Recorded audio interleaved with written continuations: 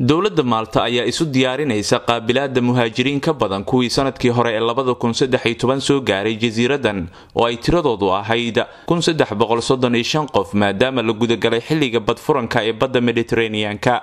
dadyow kala duwan oo Afrikaan ah oo ay u badan yihiin Soomaali ayaa buux dhaafiyay dalka Liibiya si ay uga soo tilaabaan badda u dhaxaysa qaaradda Afrika iyo Yurub. midowga Yurub ayaa sheegay in looga fadhiyo Malta oo ah dalka ugu yar Yurub qaabilaadda qaxootiga faraha badan ee soo gaaraya dalkeeda, iyadoona doonidii ugu horeysay sanadkan 2014 oo ay la socdaan 91 qof oo tahriibiyaal Soomaali ay soo gaartay dhawaan Malta. Ra'iisul Wasaaraha Malta Joseph Muscat oo u waramay TV-ga Euronews ayaa ku eedeeyay dalalka Yurub inay ku eegteen dawladiisa oo kaliya badbaadada iyo wax u qabashada muhaajiriinta kula anaya biyaha Yurub inta ay ku gudi jiraan safarka halista ay ku soo gaarayaan qaaradda Yurub. Feeling is that Europe is just playing for time, and the European Council.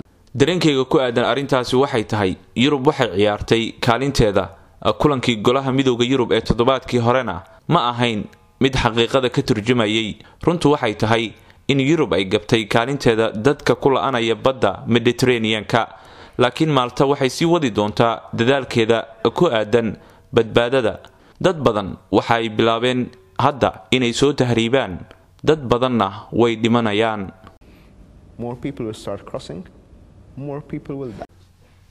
qaar ka mid ah dhalinyarada Soomaaliyeed ee dhawaan safarka tahriibta ku soo galay jasiiradda Malta ayaa uga digay dhalinyarada Soomaaliyeed ee rajaynaya inay soo tahriibaan in aysan naftooda ku soo haligin qatarta safarka tahriibta. aniga oo ah dhalinyarta Soomaaliyeed ee ku nool magaalada Malta, magacaygu uu yahay Maxamed Siciid Nuur, waxaan ugu baaqayaa dhalinyarta Soomaalida gaar ahaan kuwa raba inay soo tahriibaan in aysan soo tahriibin, waayo saxaro waa rafaad, waa silic, waa dhimasho. dad badan baa indhaha ku arkay dhimanaya, saaxiibaday oo dhimanaya baan ku arkay.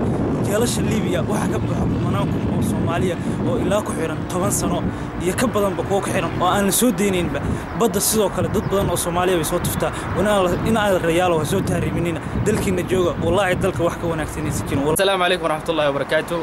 magacaygu waa Maxamuud Bashiir, waxaan ahay dhalinyarada dhawaan timaada waddankan Malta. waxaan soo galnay safar aad u dhib badan oo dheer oo tahriibto rafaad badan ayay leedahay. dhalinyaro badan oo aan saaxiibanahay oo aan jeclayn ayaa naga dhimatay.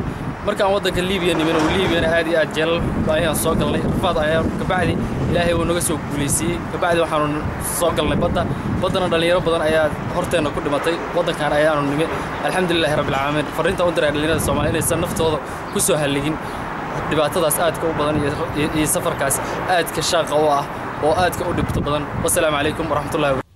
14 sano ee ugu dambeeyay in ka badan 23,000 oo qof oo tahriibiyaal ah ayaa ku dhintay badda Mediterranean-ka si ay u soo gaaraan qaaradda Yurub. safarka tahriibta ayaa ah dil naftaada adiga oo ku biimeynaya halis. Axmed Nuur Ibraahim, Universal TV, Malta.